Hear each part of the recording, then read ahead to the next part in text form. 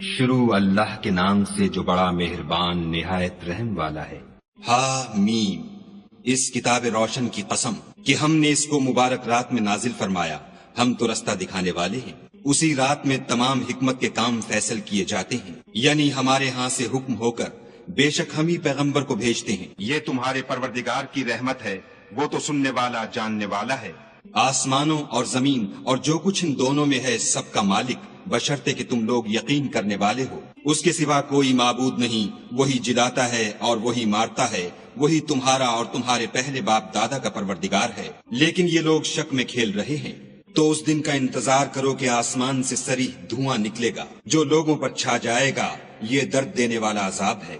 اے پروردگار، ہم سے اس عذاب کو دور کر، ہم ایمان لاتے ہیں۔ اس وقت ان کو نصیحت کہاں مفید ہوگی جبکہ ان کے پاس پیغمبر آ چکے جو کھول کھول کر بیان کر دیتے تھے۔ پھر انہوں نے ان سے منہ پھیر لیا اور کہنے لگے یہ تو پڑھایا ہوا اور دیوانہ ہے۔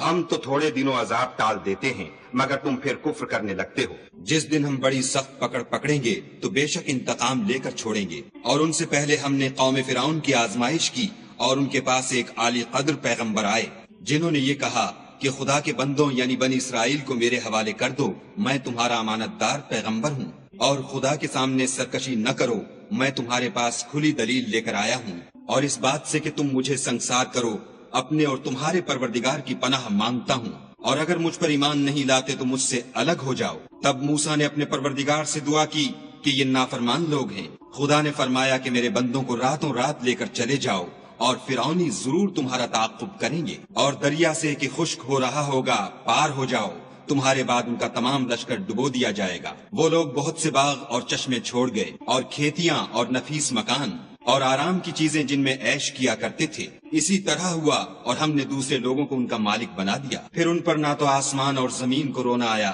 اور نہ ان کو مہلت ہی دی گئی، اور ہم نے بنی اسرائیل کو ذلت کے عذاب سے نجات دی، یعنی فرعون سے، بے شک وہ سرکش اور حد سے نکلا ہوا تھا۔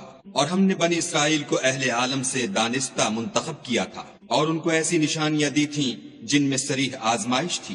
یہ لوگ یہ کہتے ہیں کہ ہمیں صرف پہلی دفعہ یعنی ایک بار مرنا ہے اور پھر اٹھنا نہیں، بس اگر تم سچے ہو تو ہمارے باپ دادا کو زندہ کر لاؤ، بھلا یہ اچھے ہیں یا تبا کی قوم؟ اور وہ لوگ جو تم سے پہلے ہو چکے ہیں ہم نے ان سب کو ہلاک کر دیا، بے شک وہ گناہگار تھے۔ اور ہم نے آسمانوں اور زمین کو اور جو کچھ ان میں ہے ان کو کھیلتے ہوئے نہیں بنایا، ان کو ہم نے تدبیر سے پیدا کیا ہے، لیکن اکثر لوگ نہیں جانتے۔ کچھ شک نہیں کہ فیصلے کا دن ان سب کے اٹھنے کا وقت ہے، جس دن کوئی دوست کسی دوست کے کچھ کام نہ آئے گا اور نہ ان کو مدد ملے گی، مگر جس پر خدا مہربانی کرے وہ تو غالب اور مہربان ہے۔ بلا شبہ تھوہر کا درخت گناہگار کا کھانا ہے، جیسے پگھلا ہوا تانبا پیٹوں میں اس طرح کھولے گا جس طرح گرم پانی کھولتا ہے۔ حکم دیا جائے گا کہ اس کو پکڑ لو اور کھینچتے ہوئے دوزخ کے بیچوں بیچ لے جاؤ، پھر اس کے سر پر کھولتا ہوا پانی انڈیل دو کہ عذاب پر عذاب ہو۔ اب مزہ چکھ، تو بڑی عزت والا اور سردار ہے۔ یہ وہی دوزخ ہے جس میں تم لوگ شک کیا کرتے تھے۔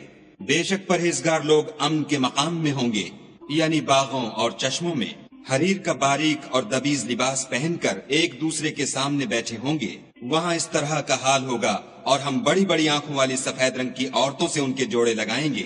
وہاں خاطر جمع سے ہر قسم کے میوے منگائیں گے اور کھائیں گے، اور پہلی دفعہ کے مرنے کے سوا کہ مر چکے تھے موت کا مزہ نہیں چکھیں گے، اور خدا ان کو دوزخ کے عذاب سے بچا لے گا۔ یہ تمہارے پروردگار کا فضل ہے، یہی تو بڑی کامیابی ہے۔ ہم نے اس قرآن کو تمہاری زبان میں آسان کر دیا ہے تاکہ یہ لوگ نصیحت پکڑیں، بس تم بھی انتظار کرو، یہ بھی انتظار کر رہے ہیں۔